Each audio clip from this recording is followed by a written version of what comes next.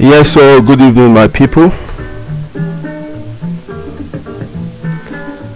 I welcome you once again to another wonderful edition of the Jagbajantis show, brought to you live by Yeti's Kitchen, the best Afro-British restaurant in the whole of Manchester. I see you, my wonderful people.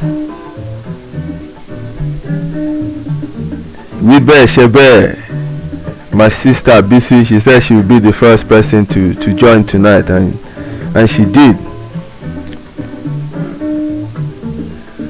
My Jesus baby here, she's here as well. Justice Alayo, thank you for joining. Egbo is here as well. As you are coming in, please help me share it on your platforms so that more people can connect.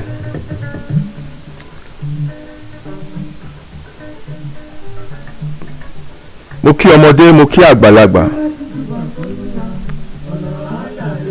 mo ṣí fìlà fún gbogbo àwọn orí adé, mo kí àwọn ìjòyè, mo kí ọkùnrin, mo kí obìnrin o.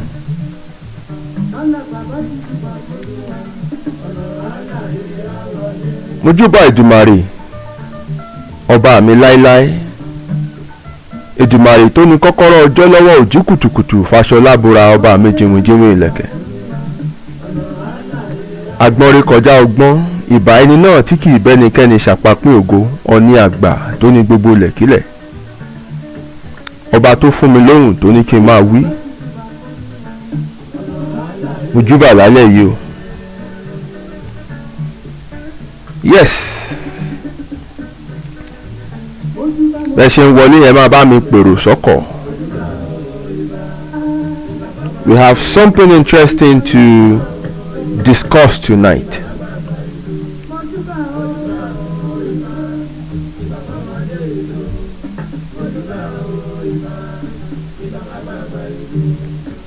níbo làwọn èèyàn wá wà lálẹ́ yìí? anyway, kì í gba wa lásìkò. no time, let's get straight into the show. gẹ́gẹ́ bí ìṣe wa, we get to the commercial room and shout out Yeti's Kitchen,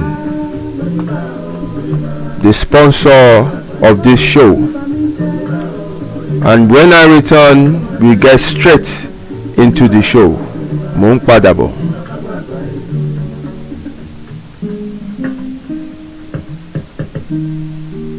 Yeti's Kitchen, ilé oúnjẹ àrà ọ̀tọ̀ tó kalẹ̀ sílùú Manchester. Chilled out Afro and English fusion bar with great food, music and movies. Kò sí oúnjẹ tẹ́ fẹ́ tẹ́ ò bá lọ́dọ̀ wọn. Serving the best fusion of African and English delicacies bíi jollof rice, ẹ̀wà àgànyìn, ẹ̀fọ́ rírò, jerk chicken, suya, ayamashi, goat pepper soup, bọ́gà lóríṣiríṣi àti àwọn ọtí ọlọ́kan òjọ̀kan. Bẹ́ẹ̀ bá ṣe fẹ́ sí ni, eating, take away or delivery, gbogbo ẹ̀ ló bá wọn lára mu.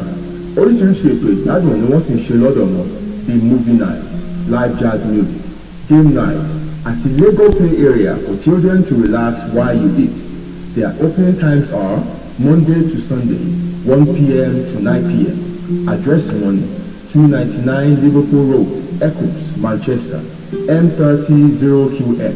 Telephone 0161 706 0062 tàbí 074-603-53448. ẹ tún lè kàn sí wọn lórí email wọn ní food@yetiskitchen.com. For more information, visit their website www.yetiskitchen.com. Yeti's Kitchen, the best Afro-British restaurant in Manchester.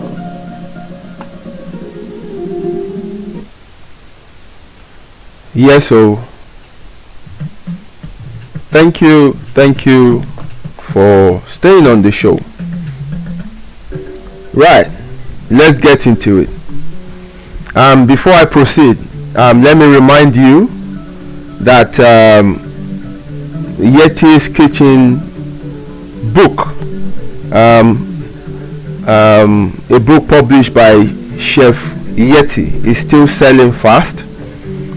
It's a book that has, different delicacies, healthy foods that you can, eat to improve your health.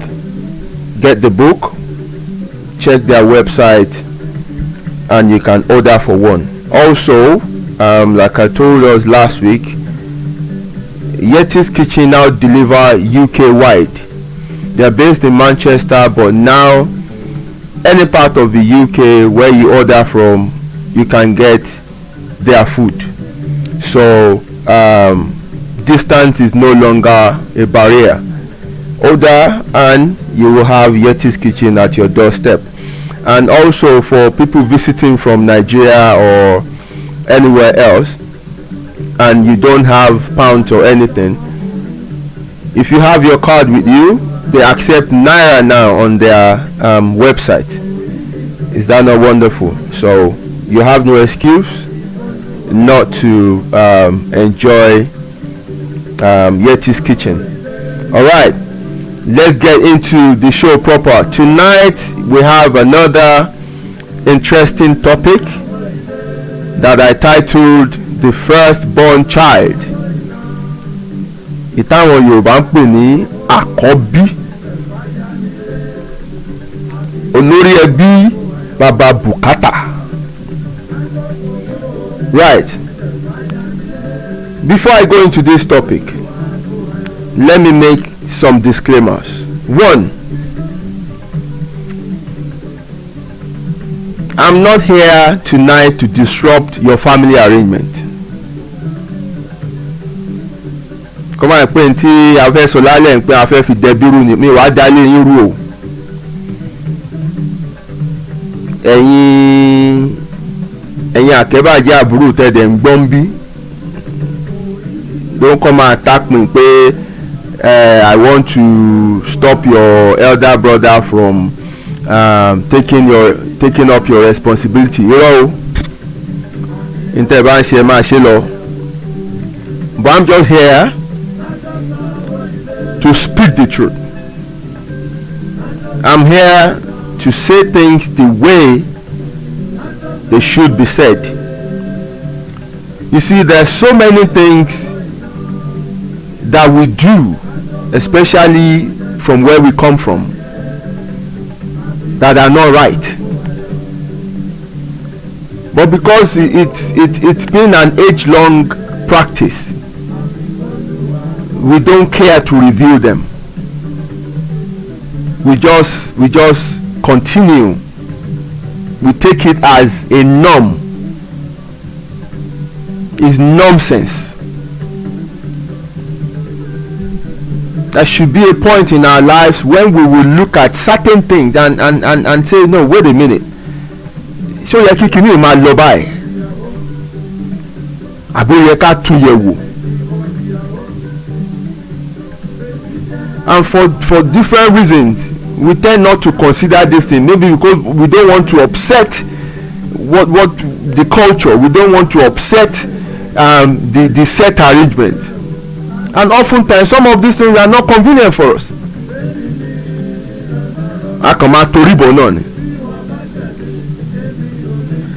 And let me say emphatically here that a practice or a wrong practice has been in existence for a long time would not make it right. If it's wrong, it's wrong. That so many people are practicing it does not make it right, or it won't make it right. What is wrong is wrong. And that is what we're here to review tonight. Welcome my sister Olajumoke Adeshewa. Good to have you again. Yeah. Despi. Shoops. Ma wọ̀wọ́ last born akẹ́bàjẹ́ ọmọ.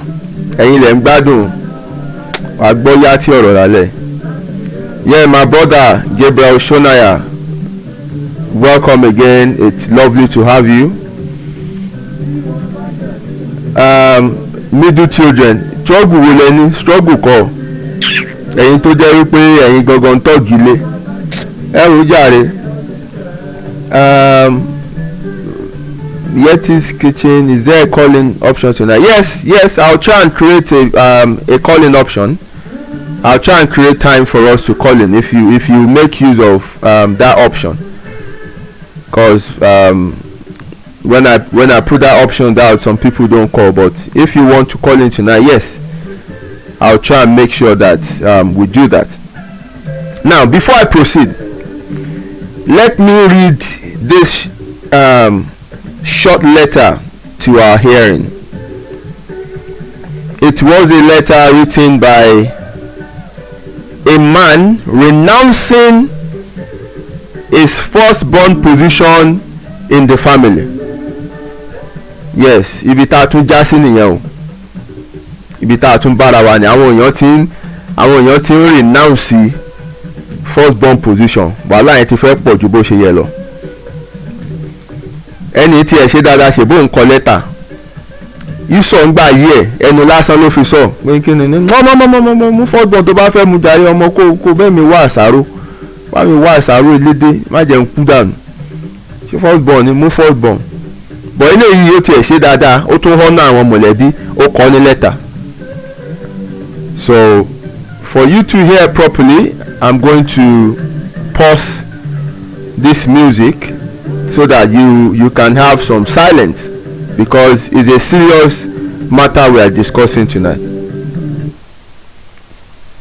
Now, the letter was written on the 7th of May 2021. I won't mention the name of the family because of you know,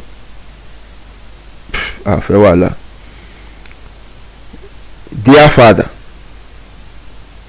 renunciation of first son position. I think it will be time saving if I avoid the usual preliminary pleasantries and jump straight into the purpose of this letter. And I hope you will be kind enough to accord this letter a dispassionate assessment. After years of deep reflection, I have come to the conclusion that the position of the first son increases my family problems. The position is a total liability to me, a setback, and a thorn in my flesh.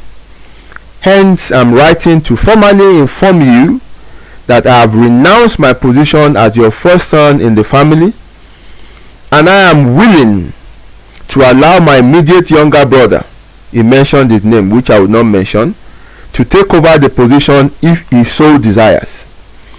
By this letter, I am relinquishing all my entitlements and heritage as your first son.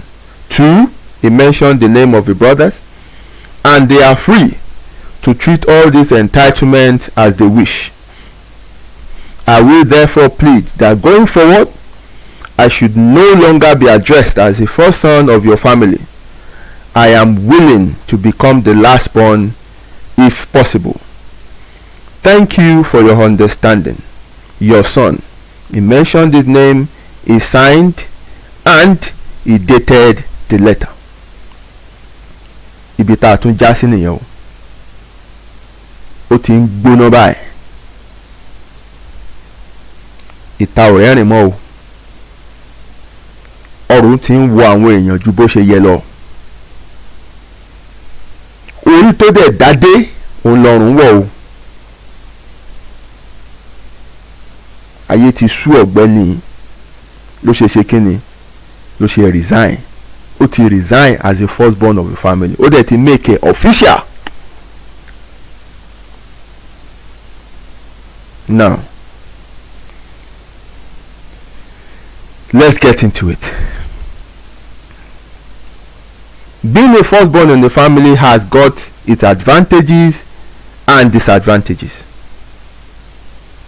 And to be honest, advantages to one bẹ́ẹ̀ kò ju ìgbà tí wọ́n ṣẹ̀ṣẹ̀ bí ẹ lọ. As far as I'm concerned,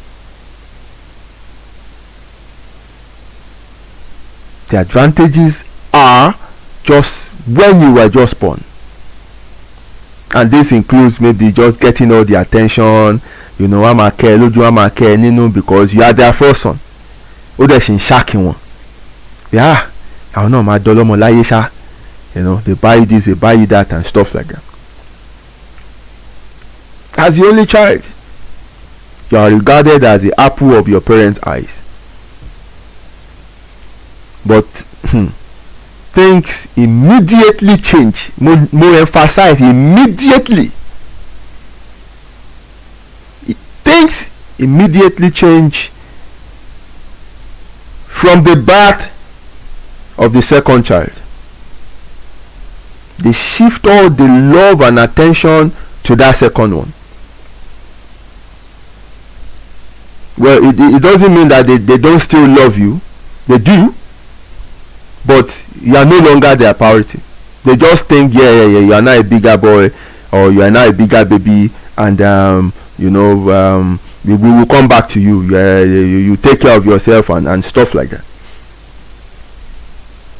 And as you grow older, you see they begin to pass responsibilities to you.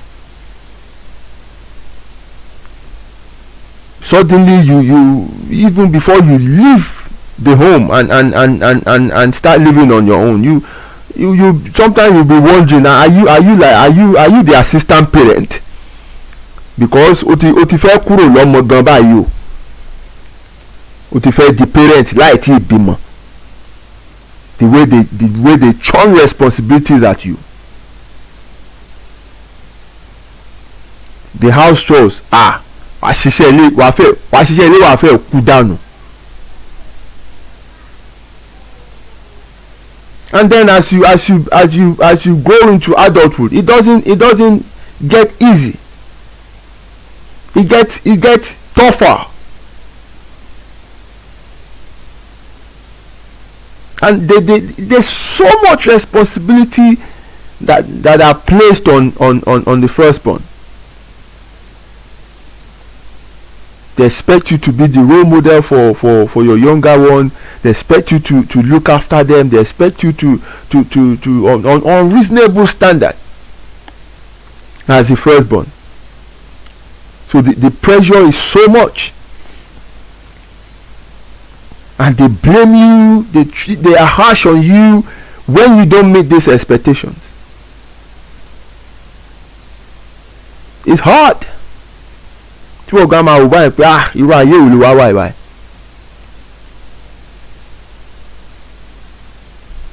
And in some homes, it's as bad as even before the parent retires from work. Wọ́n náwó lórí àwọn ọmọ yẹn mọ́. Once tó ti parí school báyìí tó ti lọ serve tó ti ríṣẹ́ báyìí tiẹ̀ ti bá ẹ̀ wọ́n yọwọ́ nìyẹn. And not only are you taking up the responsibility of your younger one, you start taking the responsibility of your parent as well. In short, you automatically become the breadwinner of the home.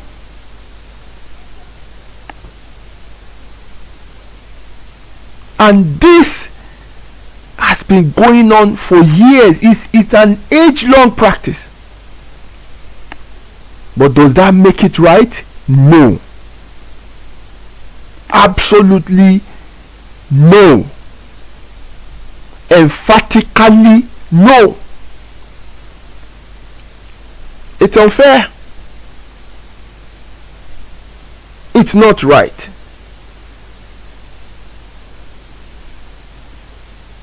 Many elders' children, being the firstborn, they are groaning under the weight of responsibility. Ayé ti sú wọn. Irú ẹ̀ lọ̀gbẹ́ni tó kọ lẹ́tà yẹn. Fed up. And some children, let me quickly make this clarity here now. Some children are not biologically the first, as in the order of birth, àwọn kọ́ làkọ́bí, but torí pé wọ́n rí ṣe, torí pé wọ́n àwọn ni wọ́n ń bú díẹ̀ jíjù ní family, being the most successful in the home, they automatically assume that firstborn position. So technically, the post of or the position of the firstborn it's not just a title, it's a responsibility. So in some homes, you can be the third child, be the most successful, and you become the first son, or you become the first child. O lẹ́gbọ̀n o bọ̀ wọ́n ní rẹ́kọ̀ọ́ pẹ̀lú ẹ̀gbọ́n ẹ̀. Tẹ́gbọ́n ẹ bá sọ̀rọ̀ máa gbọ́ jẹ́ ká burú ẹ dé. Ká burú ẹ dé. Ìwọ má bọ̀dá ìwọ má sọ̀rọ̀ jẹ́ ká burú ẹ dé. You know? So when mentioning firstborn child, yes, by birth, the responsibility is tough. But in some homes, that responsibility has shifted to some other child within that family or some other children within that family because of their success. Wàhálà yẹn wá pọ̀ gidi gan. Some firstborn children are made to be paying the school fees of their siblings. Láì ṣe pa wọn lọ bí wọn. And they don't even give you as a choice. They just mandate you. They just make it seem like it's what you came into this world to do. They make it seem like, yes, it's your luck. It's your luck that you came as the first. Lọ máa ràn wàhálà ẹni ẹ̀ tàbí ní kí wọn náà kọ́kọ́ wá. It's bad. This ridiculous demand has sent some eldest children to their early graves. Many are in mental facilities. Some are not even in communication with their families anymore. Ẹlòmíì ti ní high blood pressure. Tó bá ti rí telephone call báyìí ó mọ̀ pé wàhálà dé nìyẹn. Hello, ẹ̀gbọ́n mi wàhálà ti ṣẹlẹ̀, kí ló tún ṣẹlẹ̀? Wọ́n ní kí n pè kí n sọ fún yín ni pé grandma ti gbé remote mi. Remote èwo ti tẹlifíṣàn àbí ti DSTV. Èmi ò mọ̀ tó jẹ́ wọ́n ṣáà ní grandma ti gbé remote mi. Kí ló wá ní kí n ṣe? Wọ́n ní kẹ send owó tó máa fi wọn lọ sí hospital láti lọ yọ ni o. Wo àfi kí grandma kú o. Kọ́ kú torí remote kì í ṣe panadol tó gbé mi. Ọ̀tọ̀ ní nǹkan tó rò. A kàn pè ẹni pé grandma gbé remote mi. Àbí kinní kan ó jábọ́ láti kinní kan. The pressure is too much. It's even worse for those who are living abroad. It's worse because they think the person over there is swimming in millions and ó yẹ kó kàn máa ya owó fún wọn.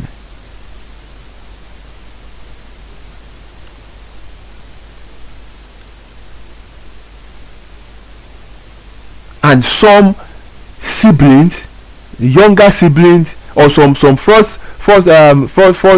children don't have, or some firstborn children have some terrible siblings who will be making ridiculous demands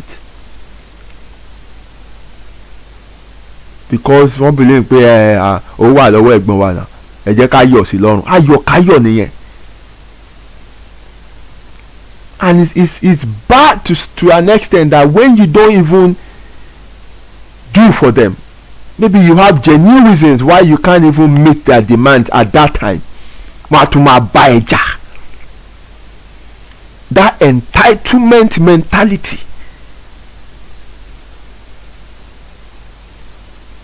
Look, let me say this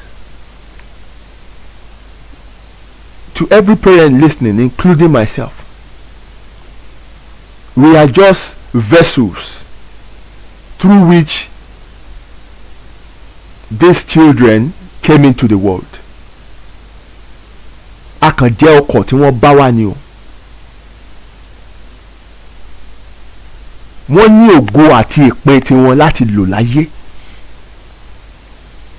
Torí pé bí wọn kò ní kẹ́ fi wàhálà pa wọ́n. Likewise, siblings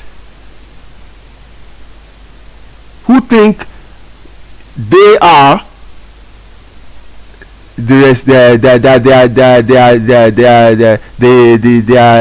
elder ones have to take up their responsibility. Bí wọ́n ṣe bí ẹ náà lọ bí àkọ́bí yín o. Wọ́n ṣe bí ẹ lọ bí àkọ́bí yín. Bákọ́bí yín ṣe gbógo wáyé níwọ̀n náà gbé ògo wáyé.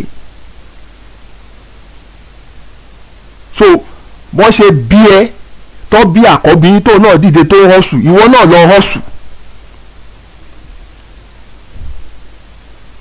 Ìwọ náà gbéra ẹ kó lọ hustle. Wọn ò torí ẹ dá àkọ́bí ilé yín o. Ìtò má àkọ́bí ilé yín kó ṣoríire.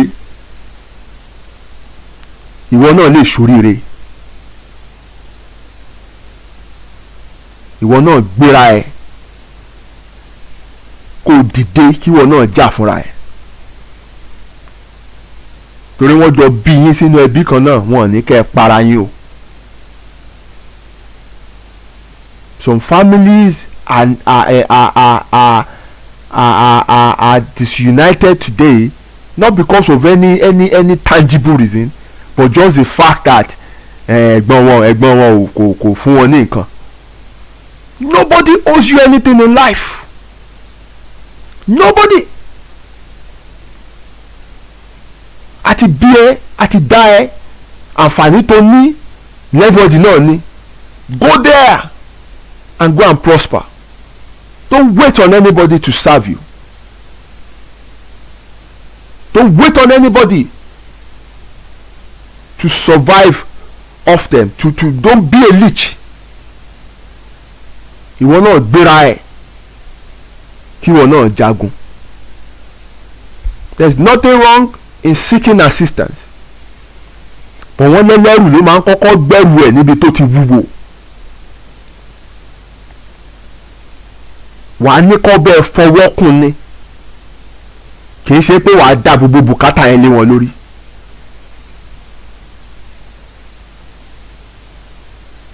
There's so many crazy things out there that ó máa irritate me. Àkọ́bílé yín bí ọmọ ẹyọ kan. Ẹ̀dẹ̀ rí bó ṣe ń jámọ̀jámọ̀ tó ń jámọ̀jámọ̀. Ìwọ bí mẹ́rin. Àbímọ tó wà ní kọ́ lọ máa gbé lọ́dọ̀ ẹ̀gbọ́n yín. Kọ́ máa gbé lọ́dọ̀ ẹ̀gbọ́n ẹ̀. Ṣé òun ló ní òbímọ tó lè tọ́ ni? Why are you sending your kids to go and live with other people? Why don't you give back to what you can take care of? Ibi tọ́pọ̀lọpọ̀ ọmọ ti kàgbákò nìyẹn by sending them to go and live with other relatives. Psychologically they are damaged. Sexually they were exploited. And so many other things tí wọ́n lè sọ. Torí ẹ̀gbọ́n yín lówó ó ní yàrá púpọ̀. Wàá tarí àwọn ọmọ ẹ sọ́dọ̀ pé kó lọ máa gbé bẹ̀ wọ́n á fojú àwọn ọmọ tiẹ̀ rárẹ̀.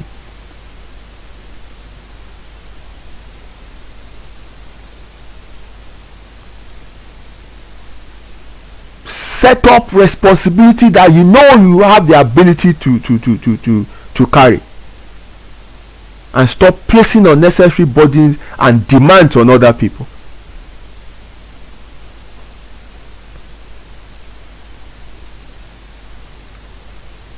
People don't even care. They have no feelings that these people also have families of their own to look after. ó náà ó ti marry ìgbà tó single, yes, ẹ̀dá wàhálà pa. Now ó ti marry, ó ti níyàwó, ó ti lọ́mọ títí ẹ̀. Still don't care. Ẹ sì máa expect ẹ̀ náà pé kó sì máa gbọ́ bùkátà.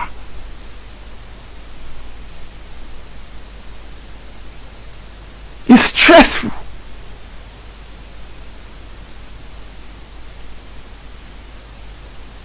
It is stressful.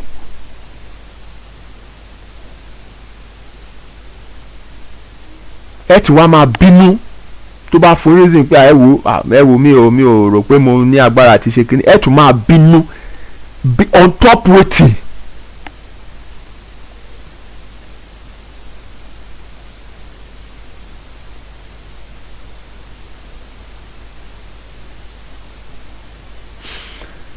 let me get to Yeti's kitchen, and when I return I'll be a bit calm, and then I can fire on again. I'm getting a bit upbeat. Let me calm down, and then we will continue again. I'll be back.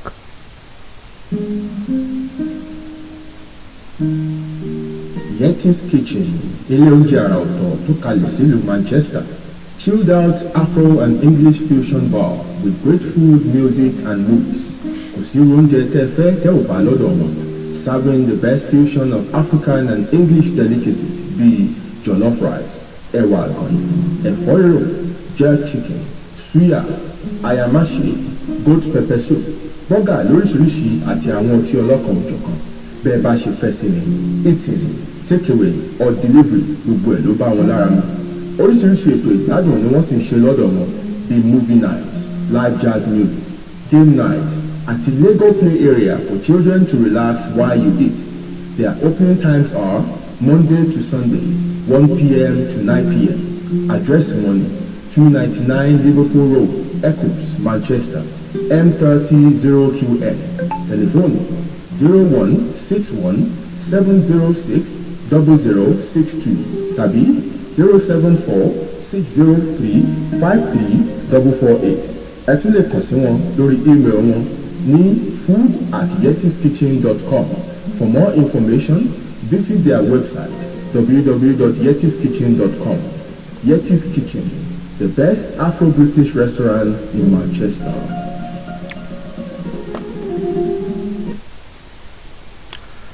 Yes, thank you my people, thank you for hanging on there. Let me quickly pop up some of the comments that I've seen here, and we treat them on the go.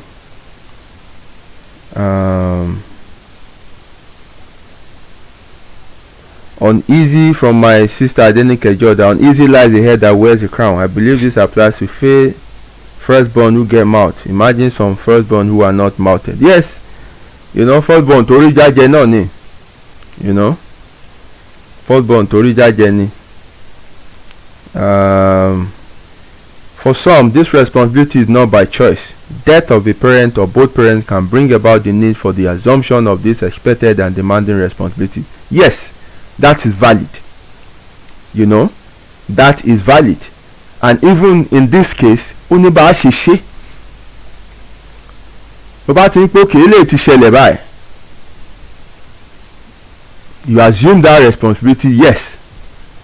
But the way to go about it is to call them together and let them know pé wá nǹkan báyìí ló ṣẹlẹ̀. This is what we'll do henceforth. Gbogbo yín ẹ kọ nǹkan tẹ́ ẹ fẹ́ ṣe wá. It's better you set them up and let each one of them go fend for themselves rather than allowing them to depend on you for monthly handout or weekly handout or daily handout. You can't sustain that pressure. But when you sit down together and have a family discussion, how to have discussion, let each one of them know what they want to do and support them, establish them in whatever capacity you can. Jẹ́ kó ká kú lọ sort out ara ẹ̀. That your parent died does not make you a parent. You are still a kid. You are still a child. That is your position. You only become a parent to your own family that you set up, or you become a parent for your own children that you give birth to.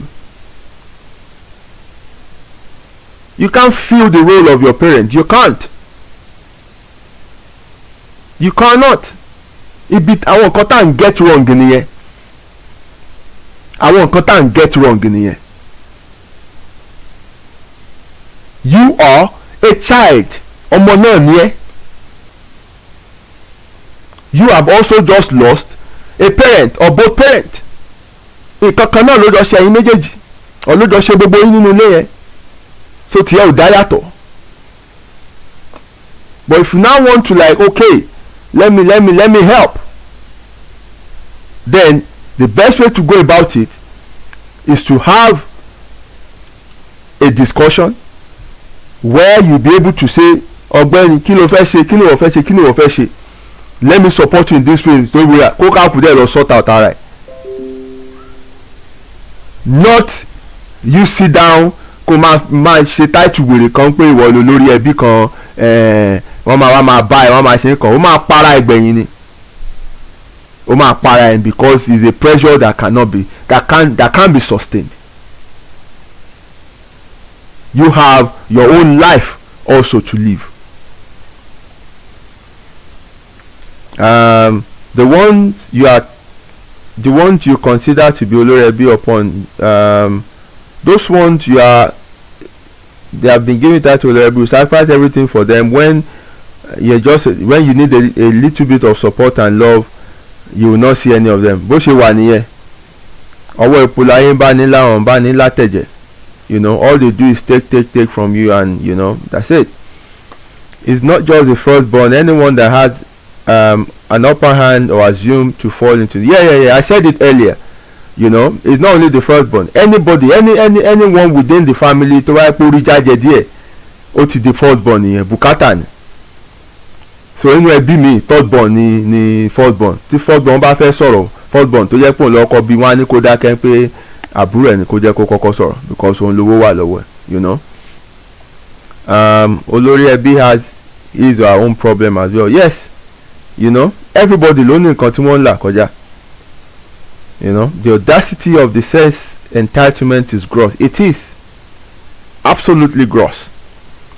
This has pushed some children to thinking of ending it all. Yes, there's so many people wọ́n wà mental facility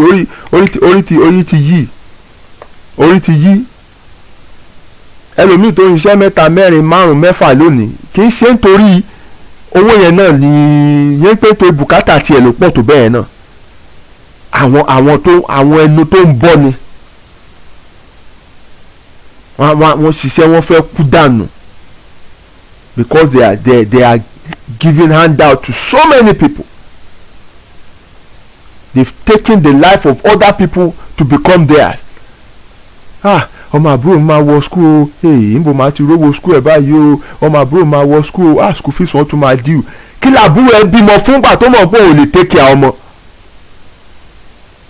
Wọ́n á tún ti pè ẹ́, àǹtí mi ẹ bá mi yọ ìyàwó mi bímọ o.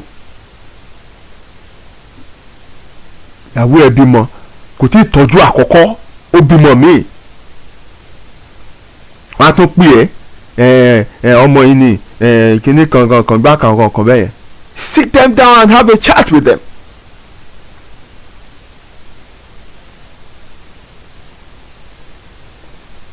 It is highly heartbreaking for a child to know that he or she is relevant only when they are financially capable. Yeah, it's terrible, but it's happening. It is happening.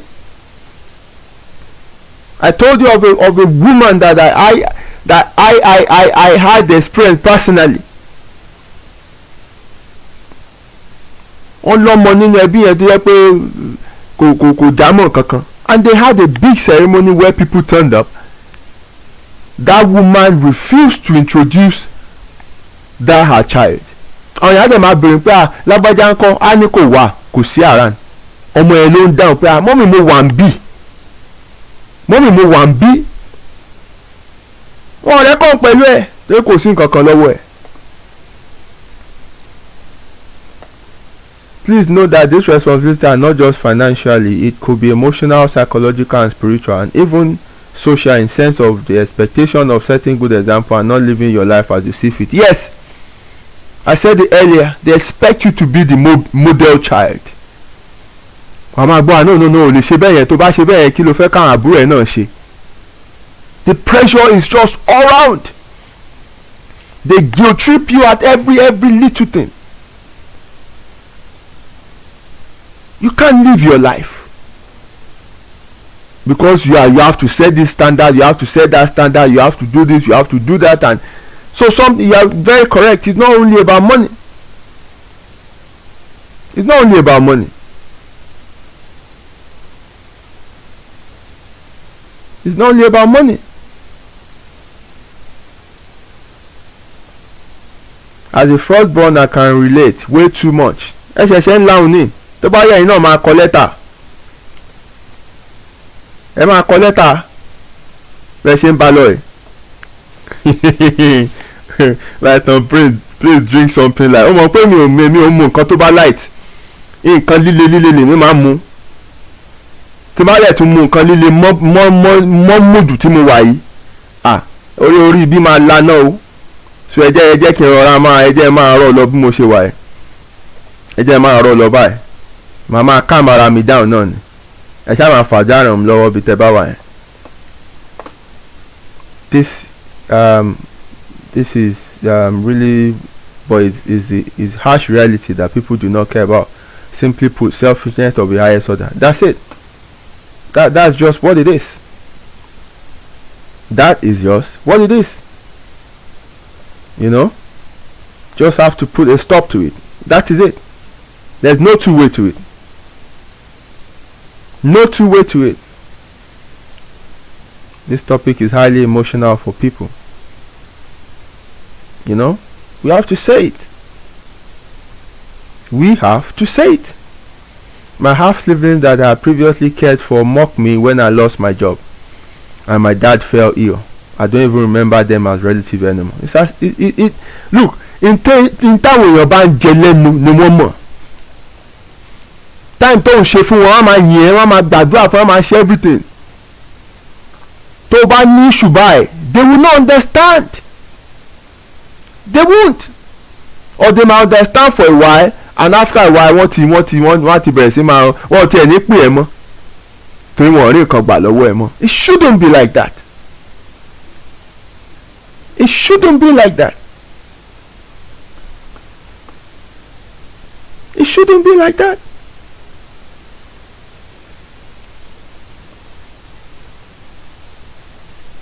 Otoni, you just kill yourself for nothing, and when you die, they continue their life. Wá gbogbo wàhálà ní ayé máyà gbogbo bùkátà tó tí ò kàn lọ́wọ́ lẹ́sẹ̀. Torí kíni? Torí wọ́n ló lórí ẹbí, torí wọ́n làkọ́bí, torí wọ́n ní kinní kan, torí wọ́n ní kan. Wàá kàn kú dànù. Wàá dẹ̀ kú dànù. Wọ́n ní kú pẹ̀lú ẹ nínú ọjọ́ tó bá ń sin ẹ́. They carry on with their lives. People will survive with or without you. That's one thing you have to understand. So I'm not saying don't help people. I'm not saying that. But má gbé bùkátà tí ì ṣe tiẹ̀. Jẹ́ kó olúkálùkù kó gbé ẹrù wọn. Kó olúkálùkù kó gbé ẹrù ẹ̀. Wọ́n ṣe bí ẹ náà ni wọ́n bí wọn. Opportunity tó ní láyé làwọn náà ní. Kó olúkálùkù jagun fúnra ẹ̀. That is the way it should be. Support where you can. Help where you can. But shake off this tag of yes, it's your responsibility. Ìwọ náà làkọ́bí, ìwọ náà ló máa ṣe. Nah, it's wrong. It's wrong. It is wrong.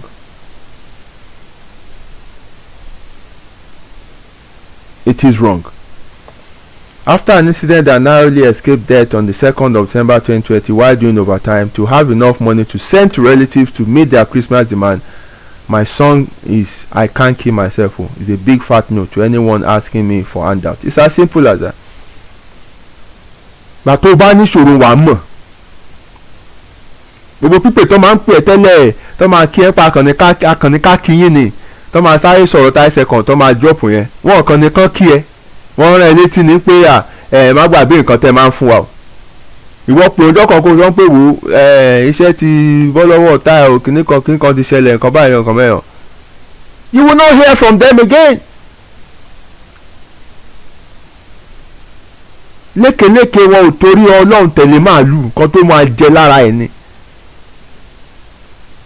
And it shouldn't be like that. It should not be like that. When you sit and advise, point out and chat, they get offended and withdraw. That's it. And at that point, kóká kù dúró lọ́tọ̀ọ̀tọ̀. Kóká kù dúró lọ́tọ̀ọ̀tọ̀. it's not even a proper way of life to be giving people handout. The proper way of life is to set them to be independent on their own. To be independent is to be independent. Every month kó máa transfer owó sílé, kó máa transfer owó sílé, kó máa transfer owó sílé, kó máa transfer owó sílé. Kò jẹ́ kẹ́lòmíì lákòjọ gan bí. Kò sí sinmi. Ó lè rest. Because you've taken up burdens that are not yours. Pé wọ́n ní kọ́kọ́ proposal kí ló fẹ́ ṣe? Kọ̀ọ̀kan tó fẹ́ wá. I'll set you up and go and sort out yourself.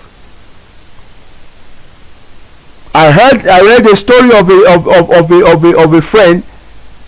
Now, the brother lives here in UK, and he sent 10 iPhone to 1 year.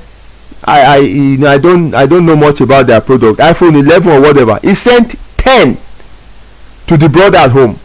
Pé kó ta owó ẹ̀ kó dẹ̀ máa turn ẹ̀ over kó máa fi ṣe nǹkan. Mo gbọ́ pé 10 iPhone to send here is worth over 1 million naira. So this is a friend to that younger brother òun ló sọ story. This friend went together with that boy to Computer Village to collect the phone when the brother in abroad called them that the phone had arrived. Wọ́n dọ̀ lọ Computer Village ni láti lọ gbà 10 phones. Ẹ̀gbọ́n ẹ̀dẹ́ ni kó ta mẹ́wẹ̀ẹ̀wá yẹn o. Apparently he should have even sold it kó tó kúrò Computer Village yẹn and use the money to start the trade tó fẹ́ ṣe. Wọ́n kó fóònù yẹn wálé. When they got home, girlfriend di boy yẹn ó rí àwọn fóònù yẹn and she picked the most expensive one out of the phone. Boy sọ pé there is one golden one out of all those ones. She picked that one and said o máa mú eléyìí. The friend got angry and said you can't take it. His brother said he should sell it and blah blah blah. And the friend was expecting this boy to talk. Fóònù tẹ́gbẹ́ jagun tó sẹ́ndì sí nàìjíríà tó ní kó tà kó fowó ẹ̀ kó fi ṣe nǹkan ní girlfriend ẹ fẹ́ mú yìí, and she's even taking the most expensive one out of it. Ó dẹ̀ ń wò. That was what caused their breakup. Eventually that girl took that phone. Eventually that girl broke up with the boy. Ẹ̀gbọ́n jókòó sí ìlú òyìnbó nínú snow ó ń hustle. Àbúrò ń ṣayé rádaràda nílé. Nǹkan ní kó tà kó fowó ẹ̀ kó fi tún ayé ara ẹ̀ ṣe. Òun fún ayé ẹ̀. In fact inú dẹ̀ ń bí mi. That is how some siblings are. That is how some siblings are. Apá arúgbó òkú òmòye tó ń tagọ̀. Adìyẹ tó ń yé wọn mọ̀ pé di ń ro adìyẹ.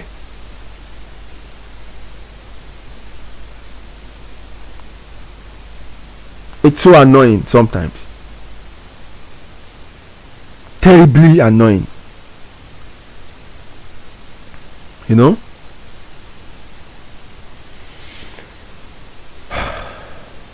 Humans are replaceable. There's no vacuum in nature. That's it. Some people don't realize this. Tó bá dákẹ́ aláyé aṣayé, wọ́n move on. You know? Emotional blackmail begins to play out by them. Yes, they do this a lot. They wind you up, and that's why you have to get to a point where you have to be in control of your emotions. Know when to tune it off, know when to turn it on.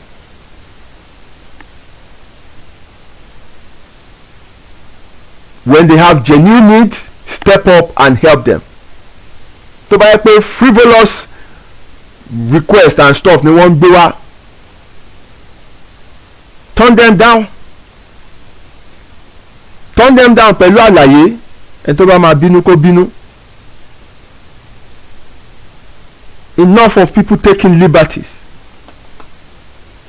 Enough.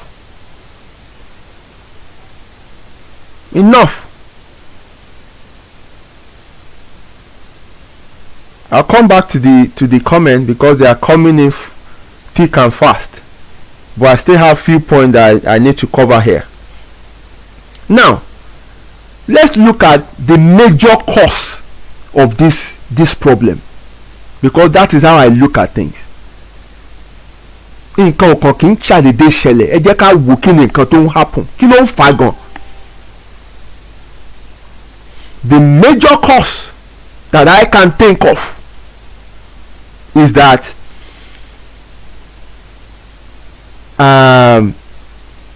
parents give birth to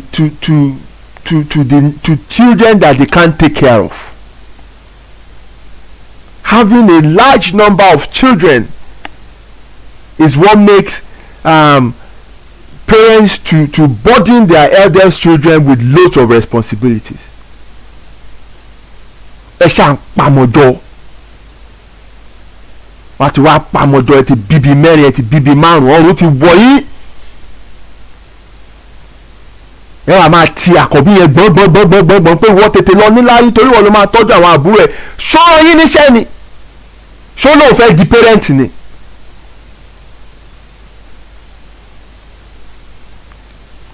You have to give birth to the number of children you can afford. Children are responsibilities. Gbogbo àwọn ọmọ tó ń ṣe ọ̀rá ìsàkiri títì yẹn tó ń lò tó fi ń dàgbò ooru yẹn, gbogbo àwọn ọmọ cost trouble yẹn, òbí kan ló bí wọn, but they can't look after them. They send them out to go and fend for themselves. Àwọn lọ di hoodlums sí gbòòrò yẹn. Àwọn làwọn olóṣèlú lọ́rọ́ níṣẹ́ dé tòrutòru yẹn. It's terrible to have children when you don't have the ability to.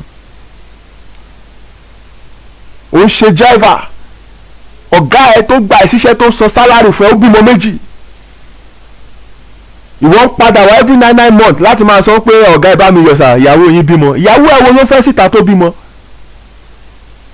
Ìwọ driver bímọ 6, ọ̀gá tó gba ìṣiṣẹ́ tó san salary fún ẹ orí pọ́mọ méjì péré ló bí. How do you hope to survive? Àwa jókòó wà máa tébù mátà ẹ̀gbọ́n ẹ̀ pé ẹ̀gbọ́n kan wà lábọ̀ ó kàn ṣó burúkú kiri àbọ̀ kò tẹ̀ lè ràn yàn lọ́wọ́ kò lè ràn yàn lọ́wọ́. ṣó náà ó ní kó gbé bùkátà tẹ̀mí ẹ̀ ò gbé. Sit down and think. Don't blame other people for your own misfortune. Look inward. Bó ṣe wáyé náà gbogbo ẹlòmíì wáyé. If they assist you, appreciate it. Wọ́n fẹ́ lómi lówó ká sọ pé àwọn kì í ṣòwò tèmi lélẹ̀. Owó wo ló ṣiṣẹ́ sí wọn lápò? Owó wo ló wú ẹ?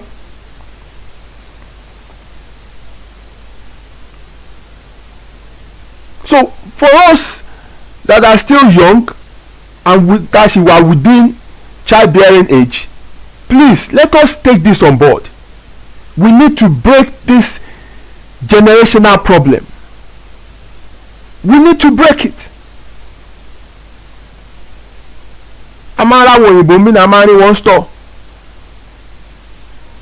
Tí ìyá àtọmọ máa lọ store tó máa ra ìyá yọ káàdì àsanwó tiẹ̀ ọmọ yọ káàdì àsanwó tiẹ̀ ni. We see things like this in this environment. Bọ́n jáde wọ́n á pín bíìlì ni tó bá lọ restaurant. Kò sẹ́ni tó ń wà léèyàn kankan lẹ́mìí ń bí.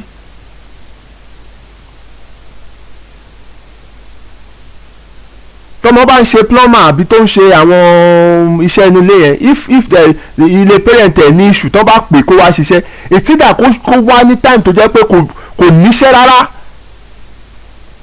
or kó lè ṣe fún wọn lọ́fẹ̀ẹ́, or kó sọ fún wọn pé kó ra material máa wá lo skill o láti fi bá wọn ṣe. wọn dẹ̀ ní bínú sí, kò ní dìjà family. wọn ní máa gbéṣẹ́ pèpè ìwọ òye oṣọmọ tó láàánú ó tún fẹ́ gbowó material lọ́wọ́ mi kí ni kankan, torí wọ́n mọ̀ pé he has family to look after, he has bills to pay. ṣùgbọ́n bí táwa ti wá àwọn ohun tẹlòmíì mọ́ ti wá,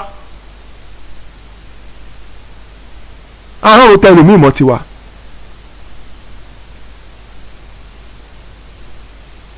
a kàn máa wà léèyàn lọ́rùn ni.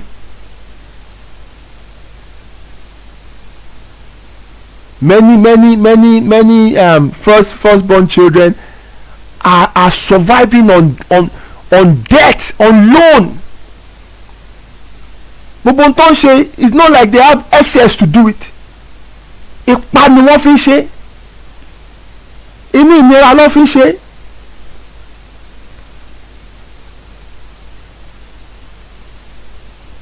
Let me quickly round up so I can open the line for whoever wants to call in. But before I round up, let me give you some implications and why we need to break this chain. Now, I'll give you this breakdown. A firstborn child, táwọn parent ẹ̀ ti wà ní lọ́rùn, tóun gan ò rí ààyè láti lè gbọ́ bùkátà rẹ̀, láti save, láti plan for future ara ẹ̀. Such a child will also repeat the same thing in the life of his own children, because he would have or she would have to depend on the firstborn as well, because kò lè break a chain yẹn. Because bóyá ń gbọ́ bùkátà tiẹ̀ ló ń gbọ́ gbogbo wàhálà yẹn ti pọ̀jù fún kò tiẹ̀ kò ní future títí títọ́jọ́ fi lọ tóun náà fi darúgbó. The cycle will continue. It will continue. Look at some homes, some family, or some husband and wife are having issues in their home today because of this same reason. Especially àwọn tó ń run joint account. gbogbo àlò send owó sí àwọn mọ́mí ẹ̀, gbogbo àlò send owó sí kìíní kankan rédèdè, wàhálà máa bẹ̀rẹ̀ nínú marriage wọn. Some men who are firstborn or the ones handling the responsibility of their family back home, they are not even responsible for their own home here. They struggle. wọ́n da gbogbo wàhálà yẹn sọ́rùn ìyàwó wọn.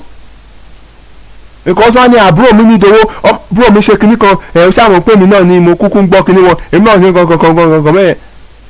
Wọ́n béèrè rẹ́ǹtì lọ́wọ́ wọn lè san, wọ́n béèrè owó fáwọn ọmọ wọn lè san.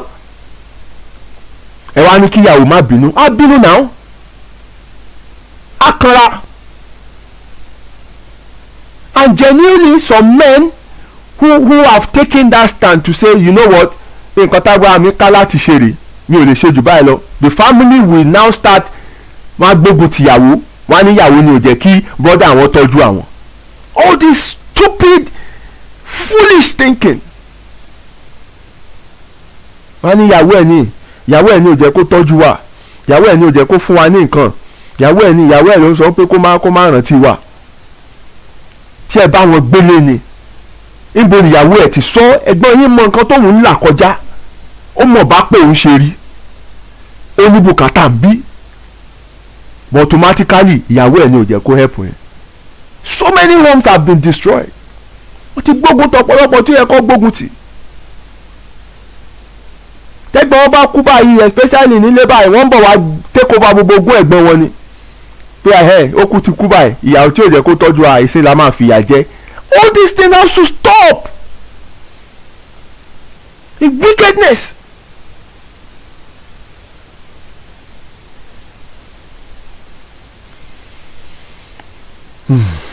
Shagun, calm down.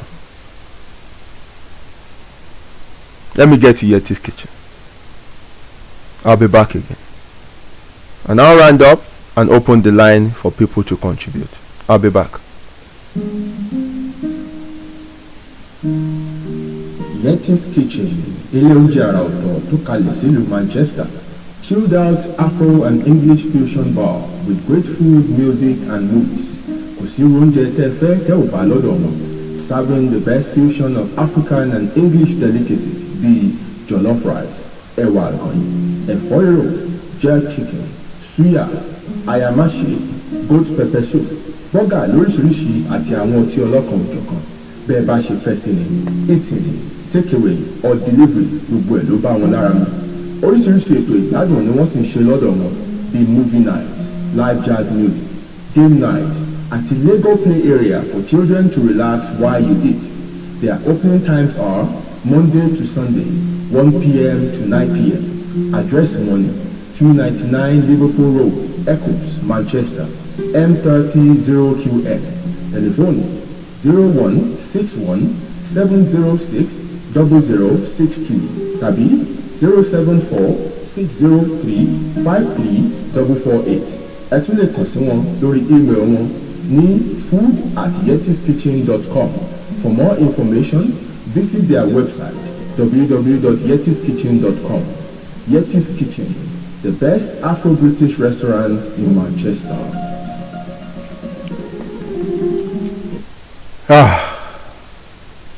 My brother here, Tolani Bank, says, "Kò easy rara. Lost my dad to this. Learned a lot from his experience. Once you understand no one owes you a thing and you don't owe anyone, but you can do what you can to help. Your life is in your hands. Your mental health, peace of mind is key." Do I need to add anything else? Do I need to add anything else? Do you want to be a victim? And victims don't live to tell their stories. Àti late ńgbà yẹn. Àti late. Mi ní o má ṣàánú, mi ní kó má ràn àwọn ẹbí ẹ lọ́wọ́, mi ní kó má ràn yàn lọ́wọ́. I'm not saying that.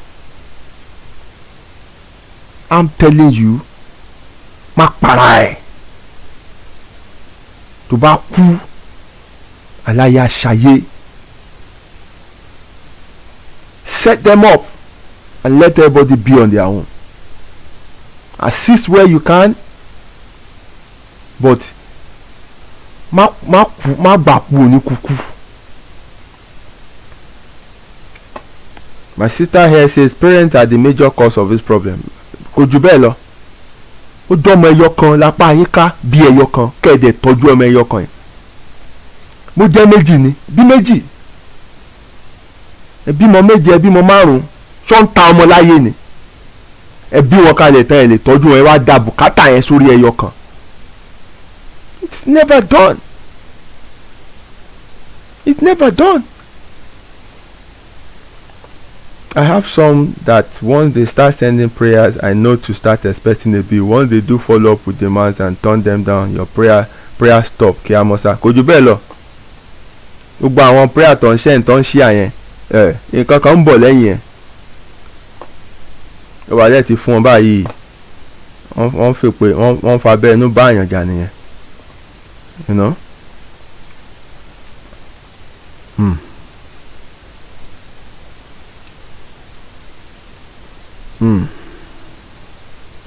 Okay, let me round up because I want to hear other people's opinion. You know.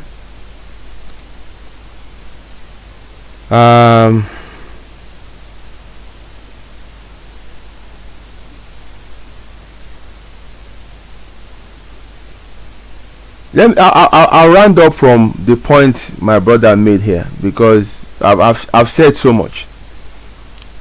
The most important thing is this: for people who are still doing this, for children who are still groaning under this burden, kó tó late jù fún ẹ, I better kó lighten body yẹn o. Sọ bùkátà tí kì í bá ṣe tiẹ̀ tó gbèrú sọ báyìí kó ṣàtúnṣe. And for some of us who are already thinking bá ọmọ tá a bí náà bá ṣe máa gbé ayé náà nìyẹn tá a máa depend lórí wọn, I want you to have a rethink now. and start sorting out yourself and let your children live. tó bá tọ́jú wọn dáadáa tó kọ́ wọn tó bá wà òkè tó wà tọ̀sẹ̀ fún wọn á máa rántí ẹ̀ tó bá ń fún ẹ ní nǹkan gbà á. Don't turn them to your meal ticket. táwọn gan wà ní orílẹ̀ ayé gbé. má gbógun tọkọ tàbí ìyàwó wọn wípé àwọn ni wọn jẹ́ kán tọ́jú ẹ̀. ó mọ nǹkan tí wọ́n ń là kọjá. ẹ ní ìbẹ̀rù Ọlọ́run. For siblings who are listening to me, tẹ́ ń bẹ́gbọ́n yín jà torí kò meet expectation yín. wọ́n ò torí yín dá o. bẹ́ẹ̀ ṣe wáyé lò náà wáyé. bóun náà ṣe ń jagun lé ayé ń pé kò náà jẹ́yàn lẹ́yìn náà ló yẹ kẹ́yìn náà jagun. Life gave all of you equal 24 hours.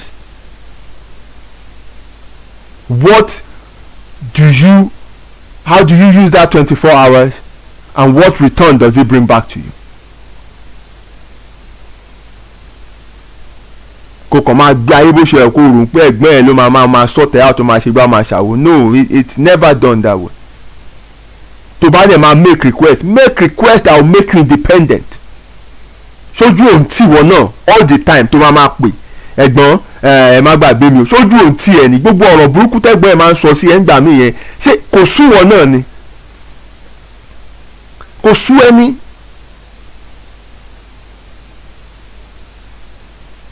Make a tangible and reasonable demand once so that you can be independent yourself, and you also can lighten the burden of your brother and help other people. téèyàn kan bá help èèyàn mẹ́rin tí wọn náà bá yọ láàrin wọn ṣó mọ̀ pé burden yẹn dínkù nìyẹn. ìwọ náà yẹ help ní àwọn méjì yòókù torí ìwọ náà ò ń ṣara wọn mọ́ nìyẹn. ó kàn fẹ́ kú sí di kọ́ máa mú wá kí ni ìwọ náà fẹ́ fa yí ẹ̀ ṣe. ṣó lógo ni ìwọ náà gbógo wáyé náà lógo ẹ̀. And for parents who are still in this habit, it is poor parenting. There is no other way to say it. If there are certain things within our culture that we need to change, this is one of it. It is poor parenting to put the family responsibility and burden on the eldest children. It is absolutely wrong. The firstborn will always remain a child regardless of their financial position. It is therefore important for parents to consider having the number of children that they are able to raise. I submit while I open the line for people to call in. The number to call is 0161 706 0062. Tebati Jasi, Tebati Gbo, that very fine sweet voice here. Just select option 3. Once again, the number is there on the screen. 0161 706 162. Tebati Gbo ohun yẹn tó wọlé, just select option 3. That is the number scrolling on the screen.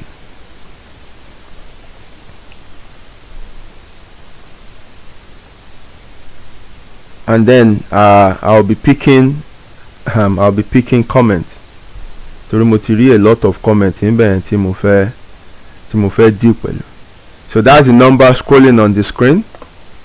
0161 70662. Select option 3 ẹ̀dẹ̀ máa já sórí ètò ń bí.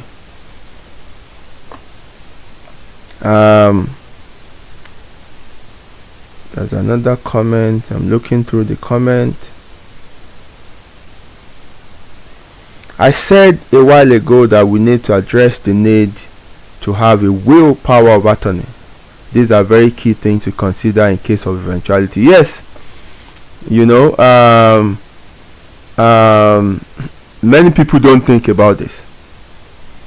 You know, tó bá dẹ̀ ti kú tán, wọ́n máa fojú ẹni tí wọ́n filẹ̀ ráre, wọ́n á gba gbogbo property tẹ́ni yẹn ní, wọ́n á lè jáde ní tí wọ́n ṣiṣẹ́ fún, wọ́n wá take care.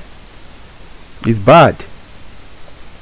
So having a will is important, and having somebody who will execute the will is also important.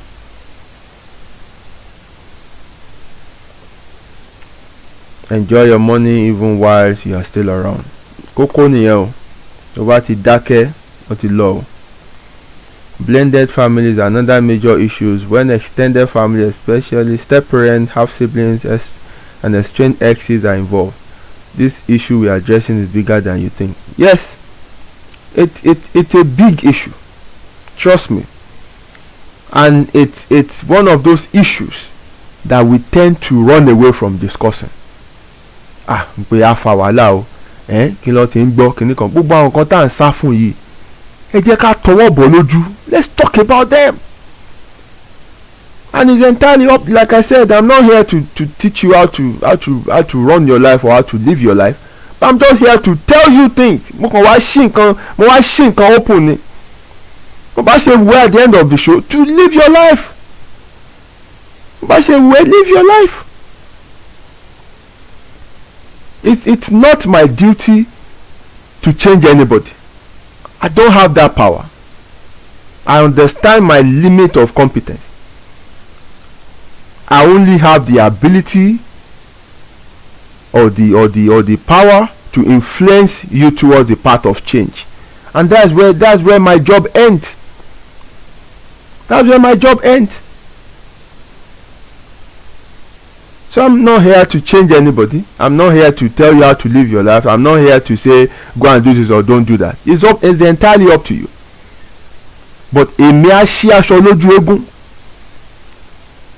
Èmi máa tanná sí gbogbo àwọn blind spot tá wọ̀ yẹn. Èmi máa sọ gbogbo nǹkan tá sọ. Then it's entirely up to you to do what you want to do. My sister, that's the number on the screen. Can you see it scrolling? 016170 Again, 016170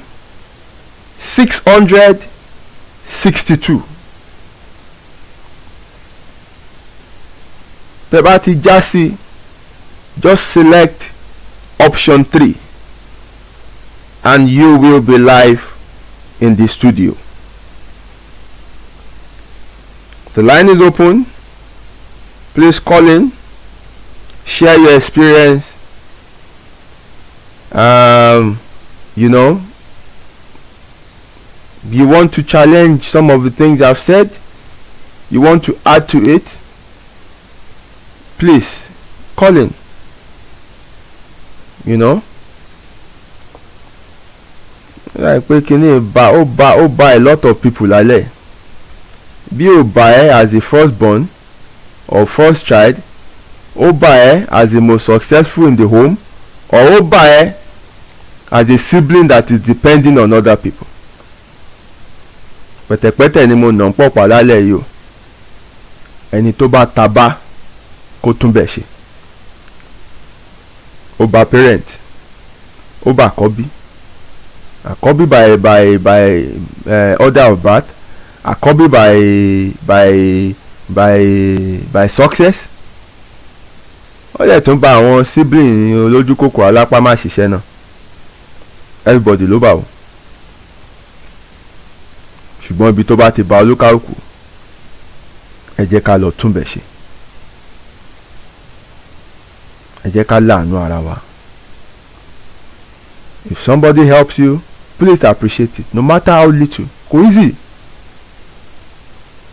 Ẹ dẹ̀ máa fọ̀rọ̀ rora yín wò. Ẹni náà ní bùkátà láti gbé. Ẹni náà láyé láti gbé. Ẹni náà wáyé láti jẹ́ èèyàn ni. Torí yín dáa. Ẹ má pa.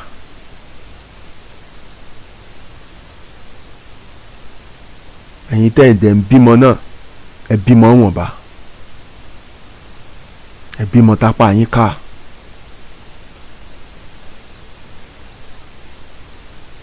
Have you noticed some people tó bá ti marry báyìí ó yẹ̀ṣẹ̀ marry ni o following week báyìí wọ́n á ti pè é àbúrò ẹ̀ ń bọ̀ wá gbé lọ́dọ̀ ẹ o.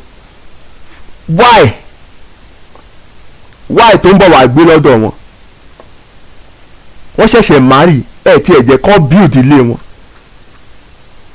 Ẹ jẹ́ kó build ilé wọn. Virtual landline. We have our first caller on the show. My sister Bisi Arokes. Okay, hello. Fire on, people are listening.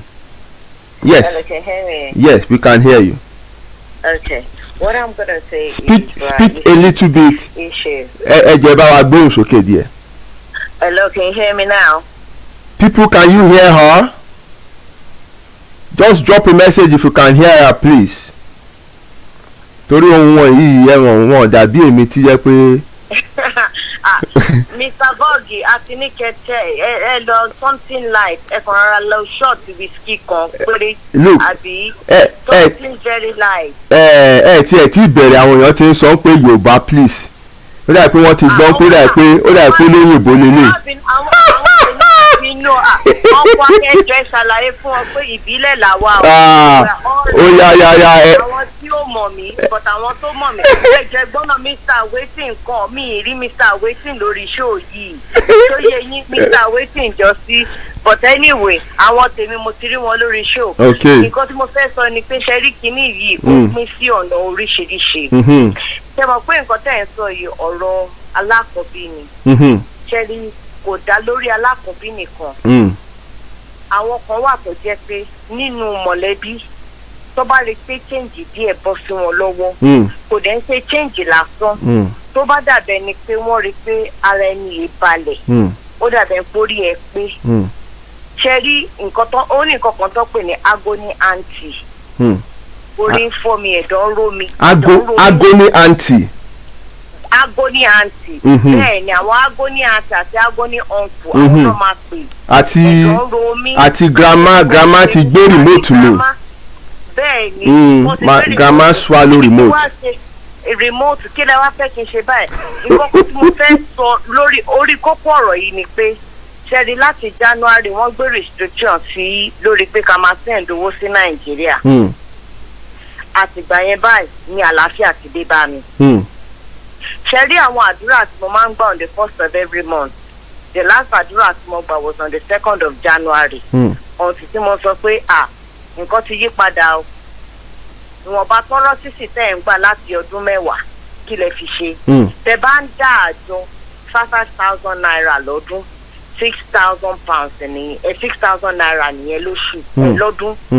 Tẹ bá ń dá àjọ 10,000 lóṣù nínú tọ́rọ́ sísì but èmi ò kí ń ṣe èèyàn kan tó pé mo máa sọ pé gba ẹja mo fẹ́ kọ́ ẹ bó ṣe ń pa ẹja so that wàá lè máa pa ẹja kó máa jẹ iye ẹja tó bá wùn ẹ́ torí tí bá ń fún ẹ ní hand down ní ìfẹ́ káyé ẹja ni mo fẹ́ máa play small god lórí ayé ẹni because mi ìfẹ́ kó wà independent mo fẹ́ kó yìí máa bá mi the more tó bá wá ń bá mi yẹn mo mọ̀ pé yes o lè ní lárí you can't be free for as long as you are reliant on me. And if that is the case, me, nífẹ̀ẹ́ dénú.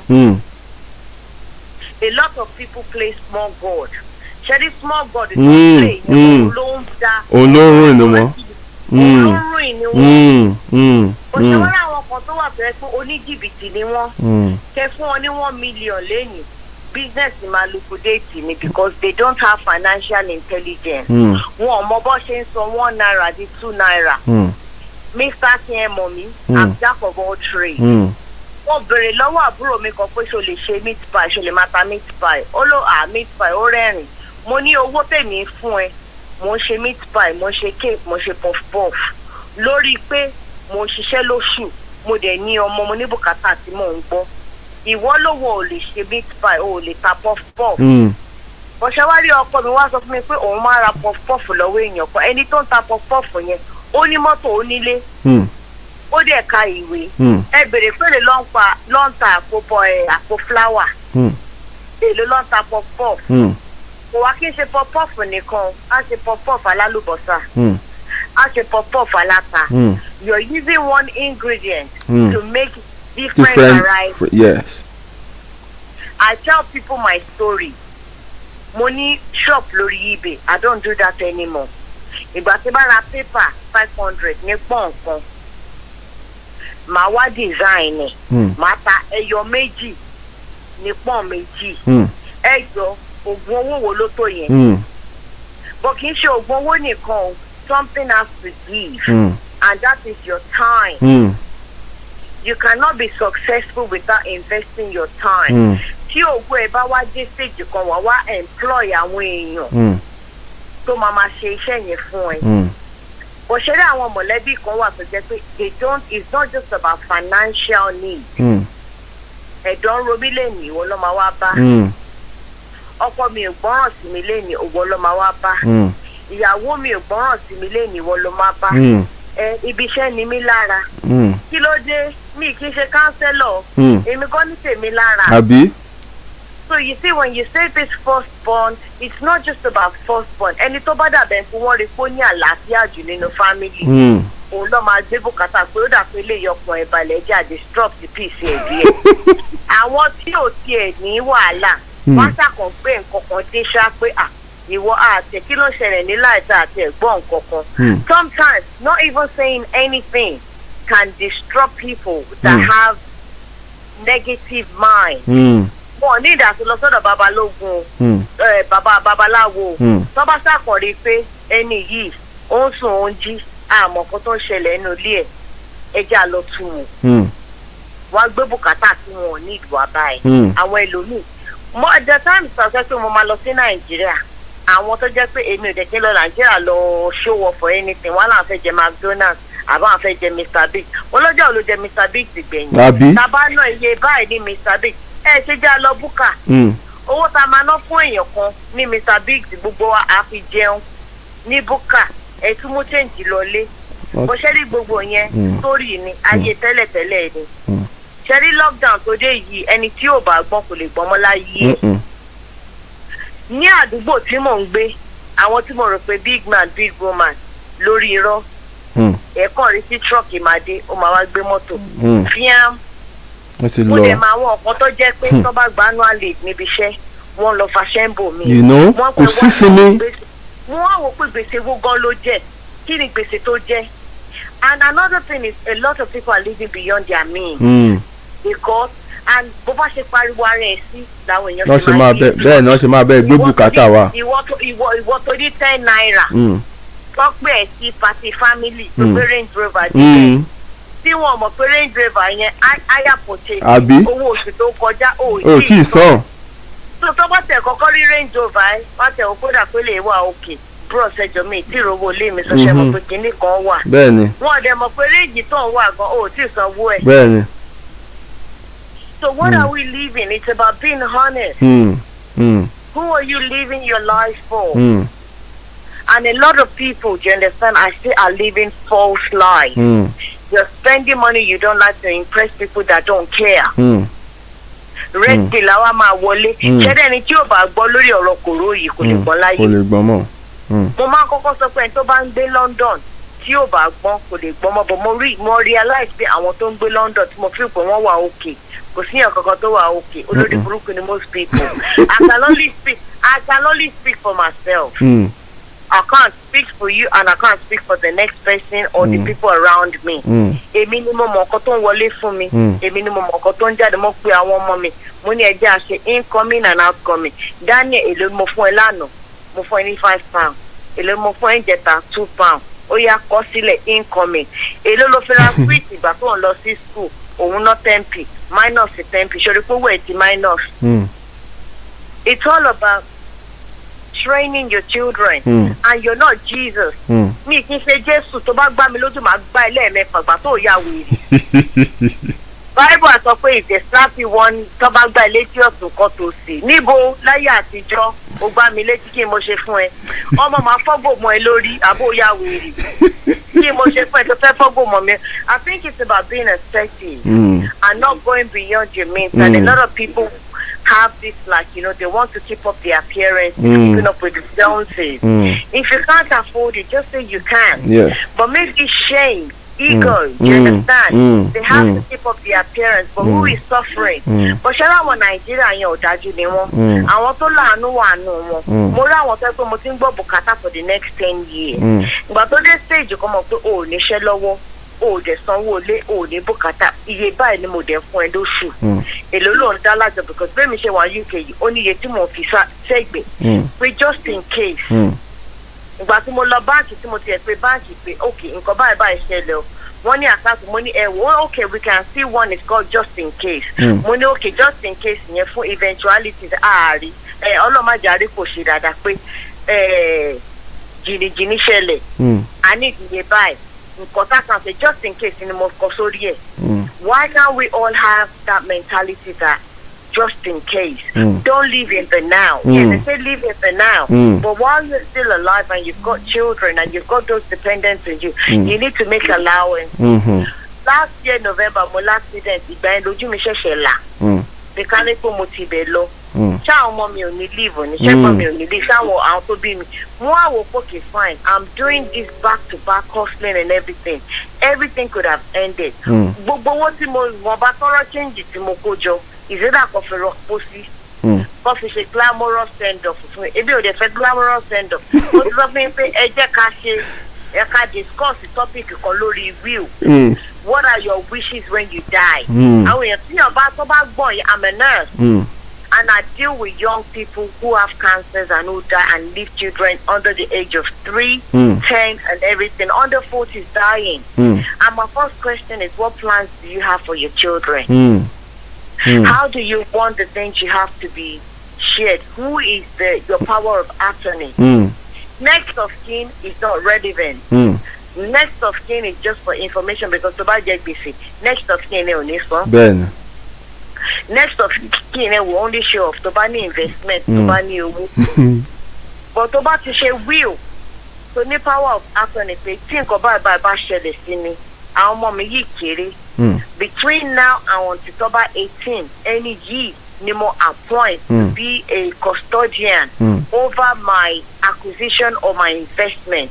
But our mommy e to kere ju na our mommy to buy 18 go hand everything over to them. This person does not have any right to whatever it is that I've worked for. They're doing it as a family member, as a goodwill. Toba taking some wo fun awon ati discuss taking to she read me okay fine. Toba fe se buy for me. Iye buy le fe kin so ko si family kankan to ma so be.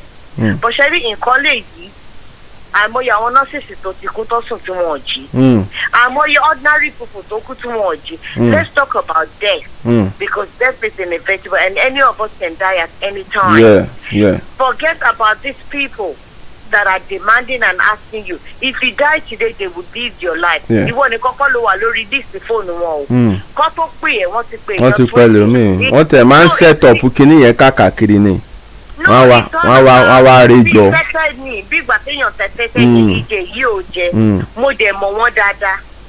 A ní Facebook group Old Student Association àwọn ará chọ́ọ̀chì wà ní ọ̀kan tó máa gbé bùkátà ara mi ò yá o mo ní ìdọ̀ operation bó ṣe ń di lọ́nbi èlé wọ́n á wò pé owó tó ní ìdí gangan ni mo fún mo ní iye owó tó ní ìdí gangan lèmi náà fún tó kí ló wá dé. Ó ti di magani. Ó ti di o. Jerry bí ṣe wà yìí ó lè dàbẹ̀ pé bóyá mo dájú but I found that the girl is good àpà ló ń jẹ́ bẹ́ẹ̀. Torí tí bá ti sìn ẹ́ dé ibì kan nǹkan tó bá ṣe pẹ̀lú nǹkan tí mo fi sìn ẹ́ ló máa determine how much I put into it. Do you get? So if I say take, and all you're doing is taking, and you're not thinking about, okay, how can I multiply what I've been given? But to a certain extent, I can't really blame them because there's something called financial intelligence. If you're not financially intelligent, I can give you 100,000, and that's all it is. You spend that 100,000. You won't think about, okay, let me divide it into 50,000. And a lot of things plays in Nigeria or wherever. Ego. Let me ask you this question, and let's look at it from the perspective of the elder sibling that is abroad.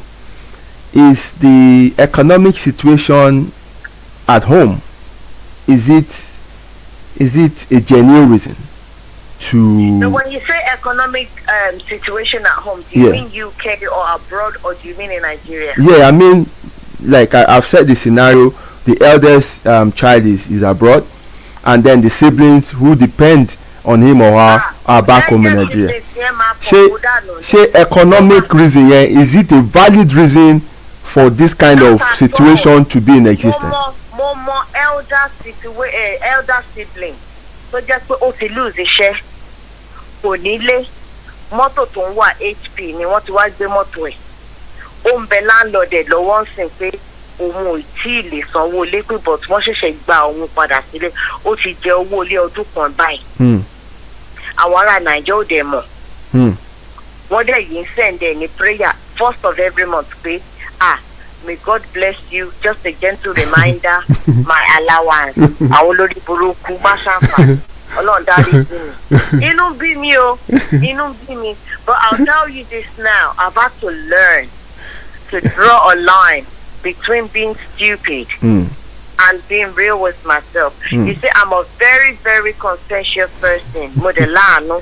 But more I realize that the girl is good at any team or at any team. Ìmọ̀ba change díẹ̀ tó bá ewé gan tí ẹni change kankan owó tí ó ti jẹ̀díjẹ̀dí kankan ò lè fọ́kùn gbà. I'm sorry, tágbàlagbà wà àbí ṣé kò sọmọdé ń bí báyìí. Ẹ rẹ̀ adọ́tì gbogbo àtàwà ń bì. Jẹ́ máa fún ẹ lọ owó tí ó ti jẹ̀díjẹ̀dí kankan ò lè fọ́kùn gbà. Kẹ́rí àwọn tí mo ti lawọ́ sí lẹ́yìn tọ́rọ̀ pé bí àwọn ti rí mága gan ti lajú.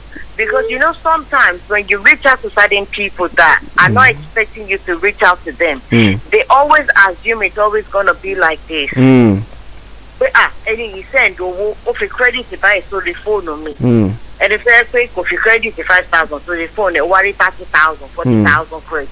Lo the phone no last so. Ma download the Google movie to one. Go live session to ba se patapata lo ma wo. But you know people when walking ronú they always think it's always going to be like this. And in a way, I was so thankful when the restriction about sending money to Nigeria came in effect in January. Because if I'm sending those to Nigeria, or phone me motiman shape me le ma pe lagbaja ni pe kamu ki ma pe ko pe je ba me send owó sílé.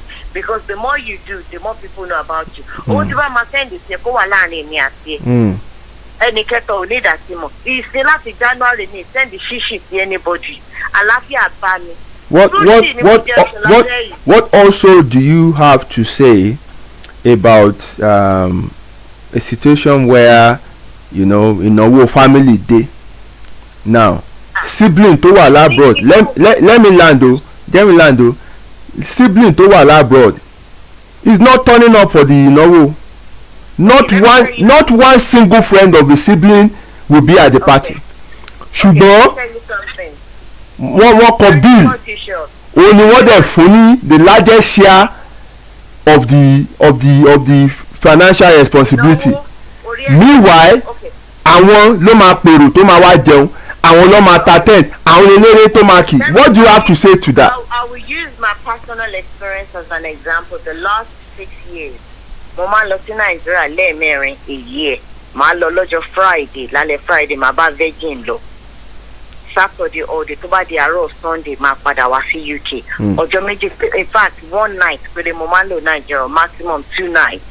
I'm back in UK because mi lẹ́bí mi ní family lọ ṣe ìyàwó mi lọ ṣe family. Nigeria is not a holiday destination for me. Nigeria is ìnáwó for me. The only person that used to make me go to Nigeria was my grandmother. My grandfather died while I was in UK, and my grandfather raised me. Ìfẹ́ tí mo ní sí granddad mi, tí mi lè tọ́jú wọn at his last days because I was only about 15 when he died. I was in UK.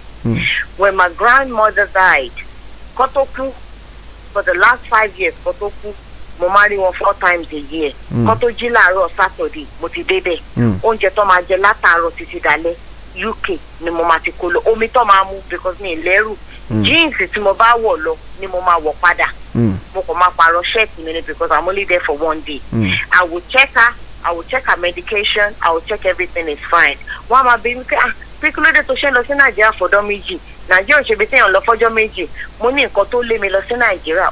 Ó yàtọ̀ sí nǹkan tó lé yín lọ sí Nàìjíríà. Ìyá mi ni mo lọ tọ́jú so that àwọn ọmọ tèmi náà wọ́n á tọ́jú mi. Owó òdẹ̀ ní jẹ́ bàríà.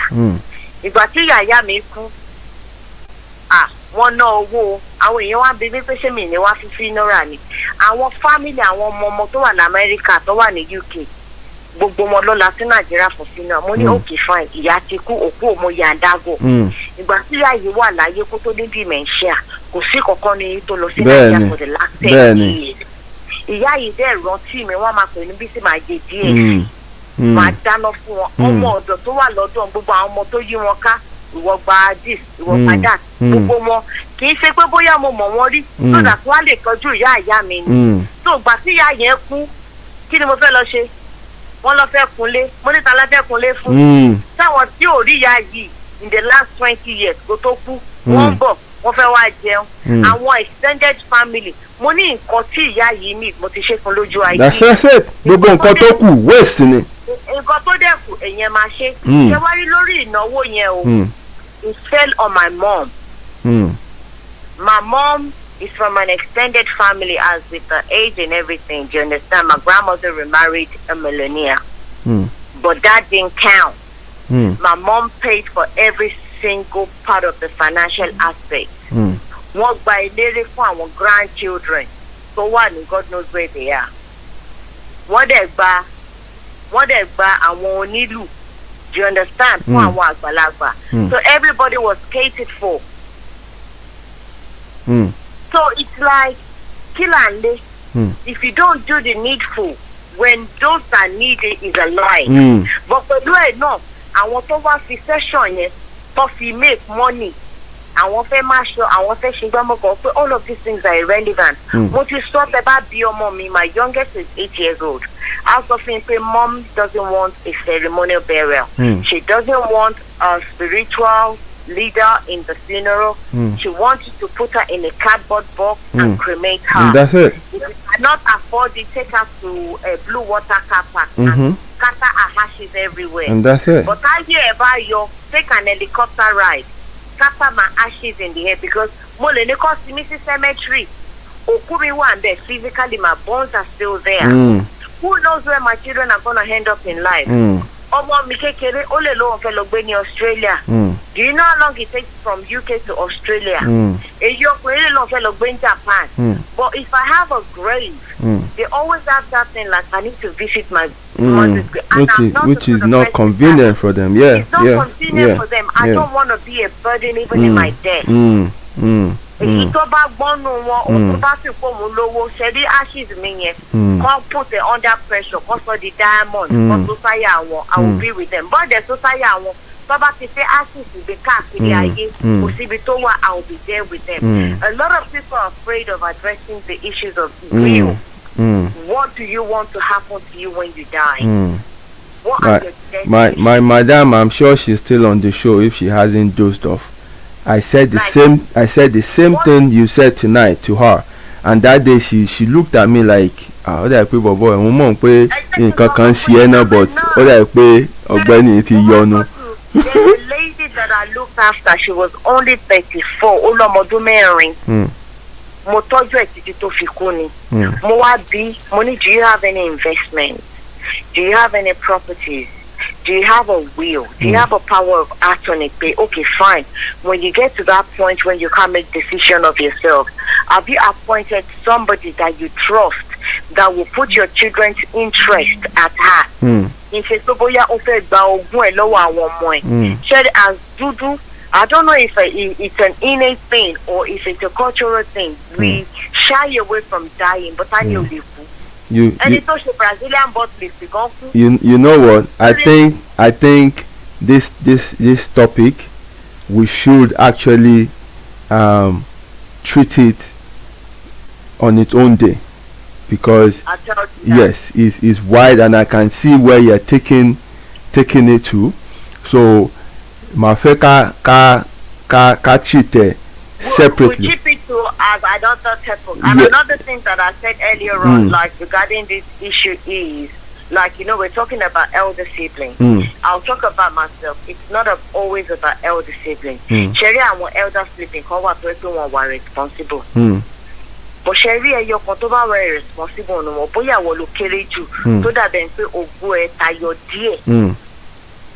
Oh, my wife, you could be a lorry. There are what to one you just money for Combale. They won't talk about money. But Sherry Bubu Shoroli are you, Wolomawa Deba. Application, Jobama Shekiniko. If you go for I'm sort of for me apply for Shane. Sort of for me if progress career wise. She won't for me why any to my inspire me. Why do I have to be the one always inspiring you? Like, leading you on. So it's not always about the firstborn. Sometimes the responsibility can be on the lastborn.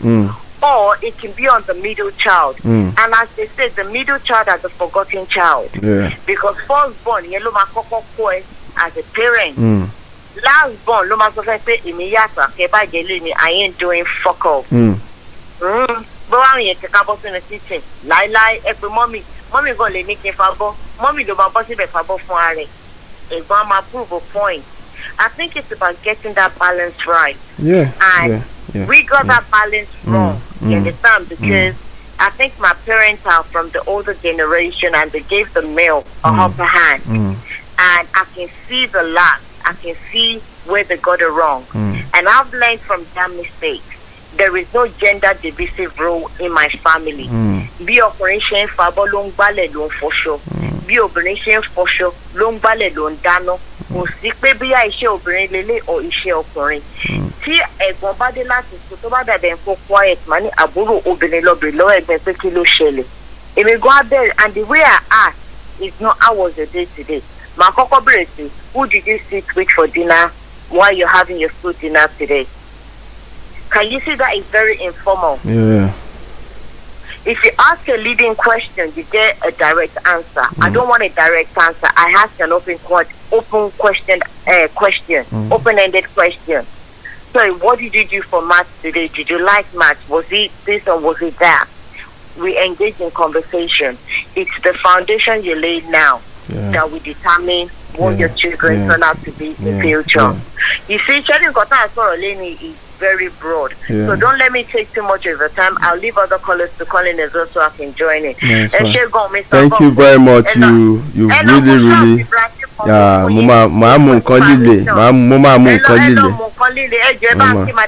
I will. Thank you very much for your call. Thank you. My back needs massage.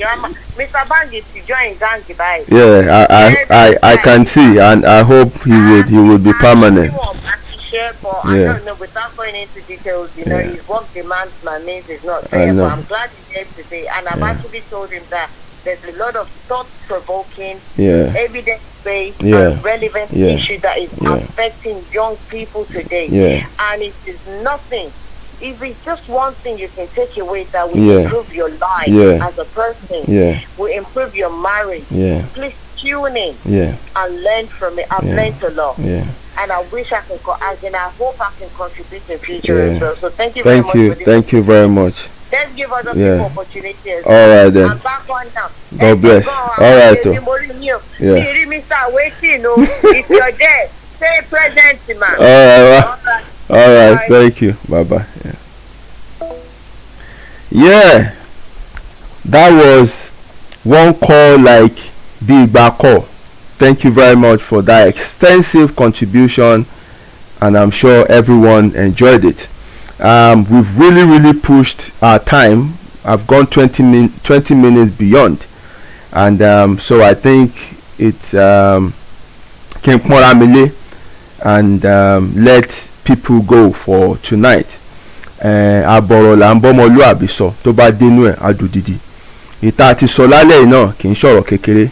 I know people have learnt a lot. One thing or the other people can take away from this and go and apply in their own lives. Thank you everyone for joining me tonight. It's a pleasure having all of you. Thank you for your contribution through the comment section and for my sister that called in. Èmi màmá wa o, ẹ̀yin náà máa dẹ̀ máa dé bá. Ibi ò ní dé bá yín o, ojú ò ní tì yín, kò ní kẹ̀yìn nìkan o. Títí di ọ̀sẹ̀ tó ń bọ̀ tá a tún pàdé. Ire, ayọ̀ àti àlàáfíà kò ní fi ilé ẹnì kọ̀ọ̀kan wá sílẹ̀ o. Mo kí yín, ayọ̀ àti àlàáfíà látún fi pàdé. Thank you everyone. God bless you. Ó dàárọ̀.